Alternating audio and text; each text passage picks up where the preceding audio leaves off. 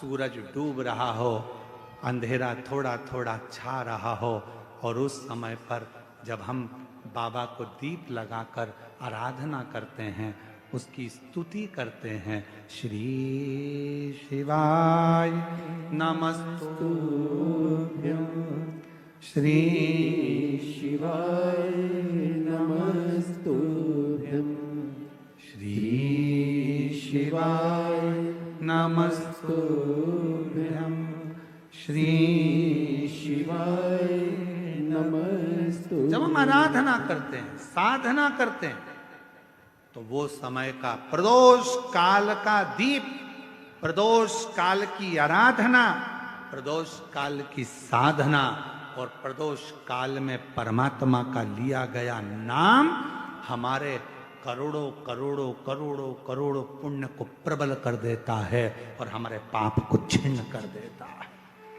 हमारे पाप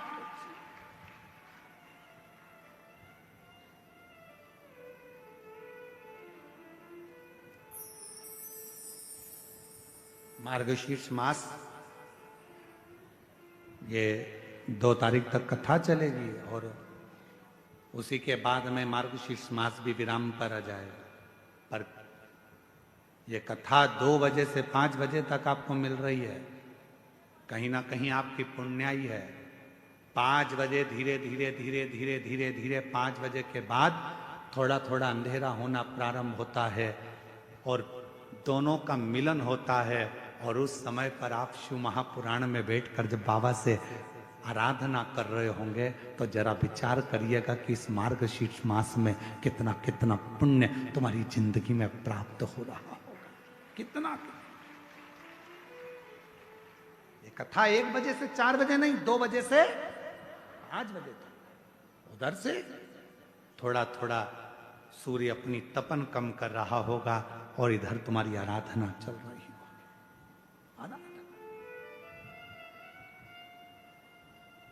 और जब आप कथा पूरी श्रवण कर कर, आरती कर कर, भूमि को नमन कर कर, वहां की मिट्टी को अपने मस्तक पर लगाकर, हृदय को लगाकर जब बाबा से प्रार्थना कर कर जाओगे, नित्य है कि प्रदोष समय की ये आनंदमय पल आपकी जिंदगी को बदल कर रख देंगे और आपको संपदावान।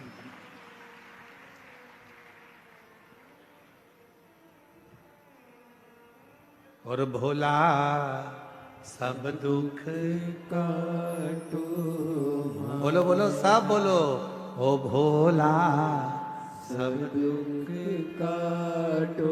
बाबा मेरी जिंदगी के जितने दुख हैं, जितनी तकलीफ है, जितना कष्ट है, वो सब काट दीजिए। मेरे जीवन की जो तकलीफें हैं वो मिटा दीजिए। मेरे जीवन के जो दुख हैं उनको समाप्त कर दीजिए। ये जिंदगी मानव की देह मिली है। इस संसार में आने के बाद, मानव का शरीर पाने के बाद संसार में कोई सुखी नहीं है। कोई तन दुखी, कोई मन दुखी, कोई धन बिन रहत उदास। तुलसी या संसार में सुखी राम का दास। इस संसार में एक सुखी है जो परमात्मा का भजन कर रहा हो। बाकी के तो कोई तन से तकलीफ में, कोई मन से, कोई धन से। ये कष्ट तो चलते ही रहते,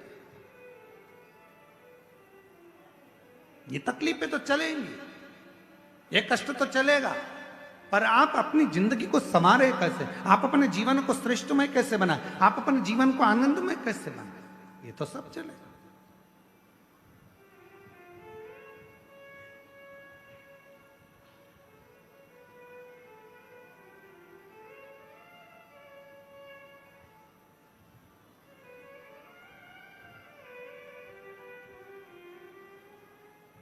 महाराज देवराज नाम का ब्राह्मण कुल में जन्म लेने के बाद कभी अच्छा कर्म नहीं, और परिवार अच्छा था, पत्नी अच्छी थी, बच्चे अच्छे थे, पर स्त्री का संग पकड़ लिया, एक पर नारी का संग पकड़ लिया। अब पर नारी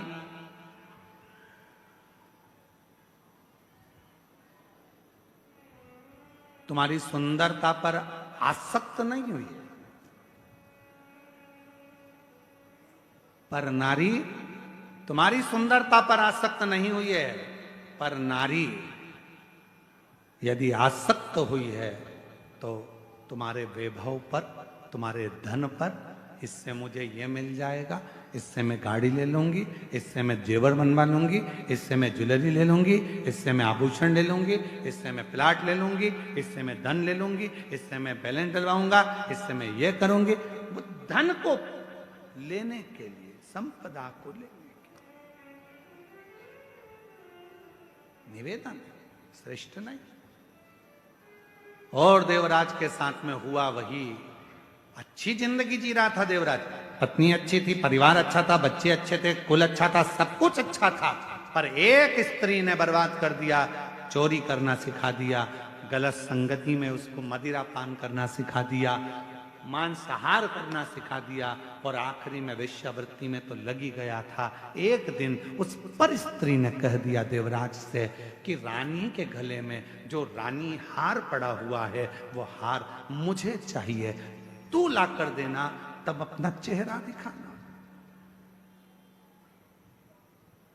तू ला कर देना तो अपना चेहरा दिखाना। उस स्त्री के जाल में, उस स्त्री के जाल के अंदर देवराज ब्राह्मण ऐसा फंस चुका था कि गया। वो देवराज ऐसा फंसा बैठा था कि रानी के महल में जाकर वो हार को चुराने के लिए गया। हार को महाराज, मेरी जीजियों, मेरे जीजाओं, मेरी बेटियों, बेटाओं, मेरी माताओं, मेरे भाई, याद रखना,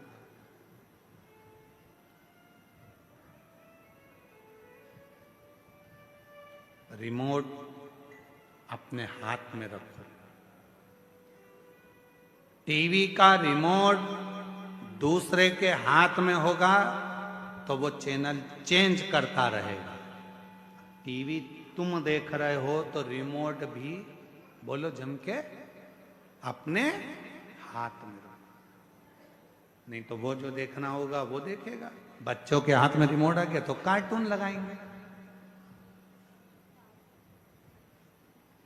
फिर किसी के हाथ में रिमोट आ गया तो वो न्यूज चैनल लगा देगा, और आपके हाथ में रिमोट आ गया तो आप शिव महापुराण की कथा ढूंढ कर लगा दोगे, जिससे मेरे परिवार का और घर का उद्धार होता है।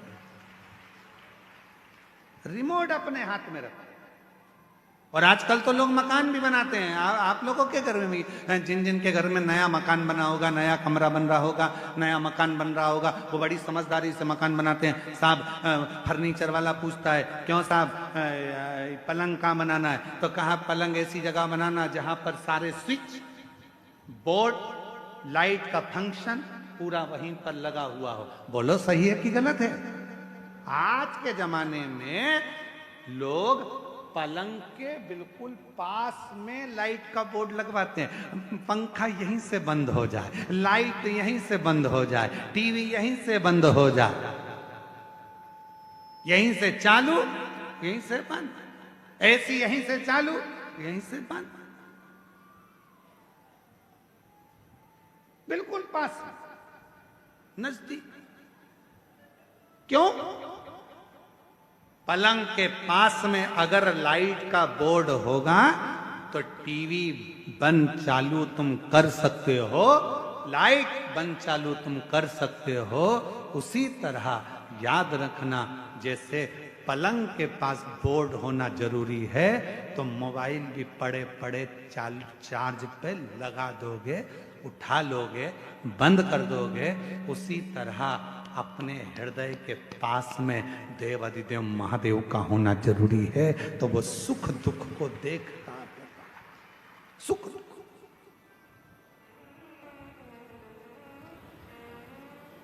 भगवान देव अधिदेव महादेव, बाबा विश्वनाथ, करुणा करने वाले कृपालु दयालु भगवान शिव की पवित्र कथा कर देवराज रानी के हार को चुरा कर लाया। शरीर में ताप पड़ने लगा। चोरी के धन को लेकर भगवान शंकर के मंदिर में पहुंच गए। शाम का समय था, कई लोगों के मन में आता है कि प्रार्थना और आराधना का जो समय होता है उस समय पर भूलवश भी यदि कोई व्यक्ति भगवान के मंदिर तक, शिवालय तक, कथा तक पहुंच जाता है तो निश्चित है उसका फल उसको प्राप्त होता ही। और वही हुआ।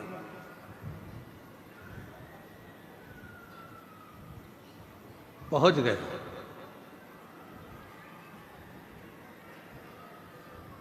वो देवराज ब्राह्मण जो चोरी का धन लेकर चला था वो लेकर वो शिवालय तक पहुंच गया। शरीर में ताप था, बुखार आ रहा था, ठंड लग रही शरीर में, ताप पड़ गया। धन लेकर पहुंचा, बैठा था शिवालय में। वहां एक कोई बुजुर्ग ब्राह्मण शिव जी की पवित्र कथा का वाचन कर रहा था।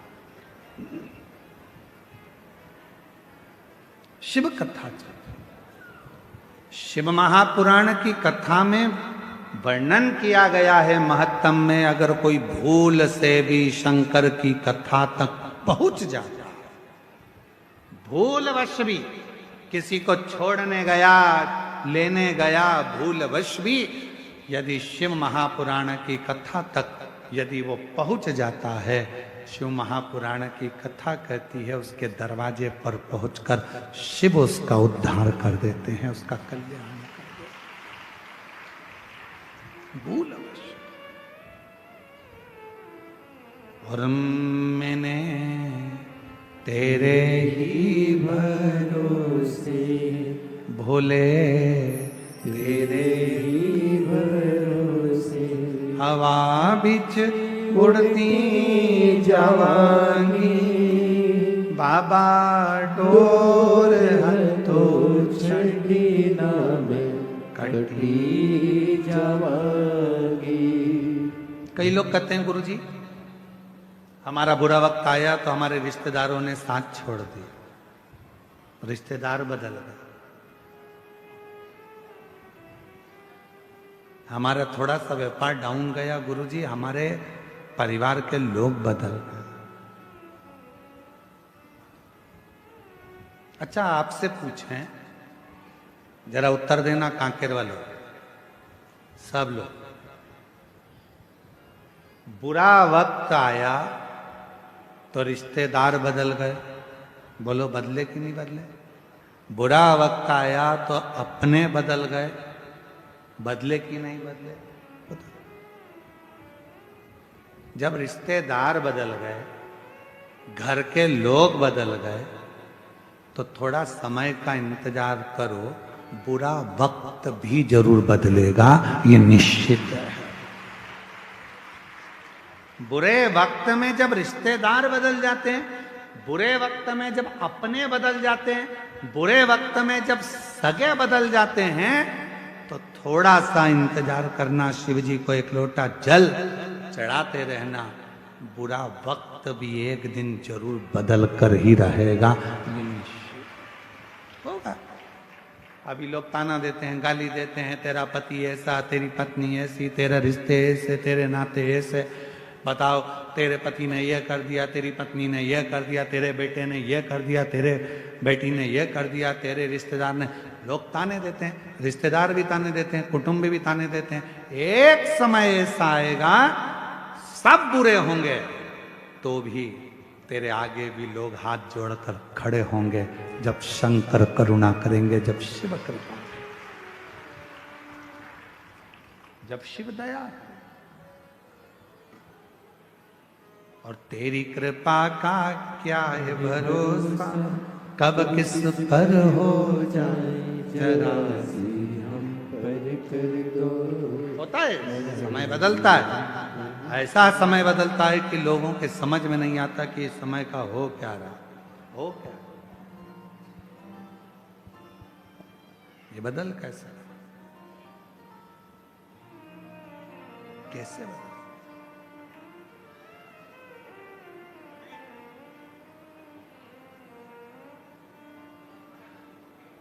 एक बात आप लोगों से कहें, एक मक्का का खेत था,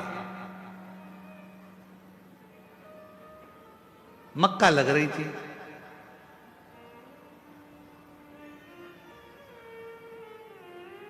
मक्का बोने वाला जो किसान था, मालिक, वो ध्यान रखता था पूरी फसल का। कभी कभी बंदर आ जाते थे तो उनको भगा देता। अब एक दिन मक्का लग रही है खेत में, और मक्का लगाने वाला जो मालिक था, भगाने वाला जो मालिक था, वो मर गया। सारे बंदरों को मालूम पड़ गया कि वो मालिक मर गया। बंदर सारे खुश हो गए, मालिक मर गया, खूब मक्का खाओ, खूब खेत मचाओ, खूब खेत बर्बाद करो। उसी में एक चतुर बंदर बैठा था, उसने कहा, अब मचा कर और खाकर करोगे क्या? आज तो मचा लोगे, खा लोगे, पर उस खेत को बोने वाला, फसल लगाने वाला ही, फसल लगाने वाला ही जब मर गया तो आने वाले साल में न मक्का लगेगी, न खेत बुआएगा, तो फिर मक्का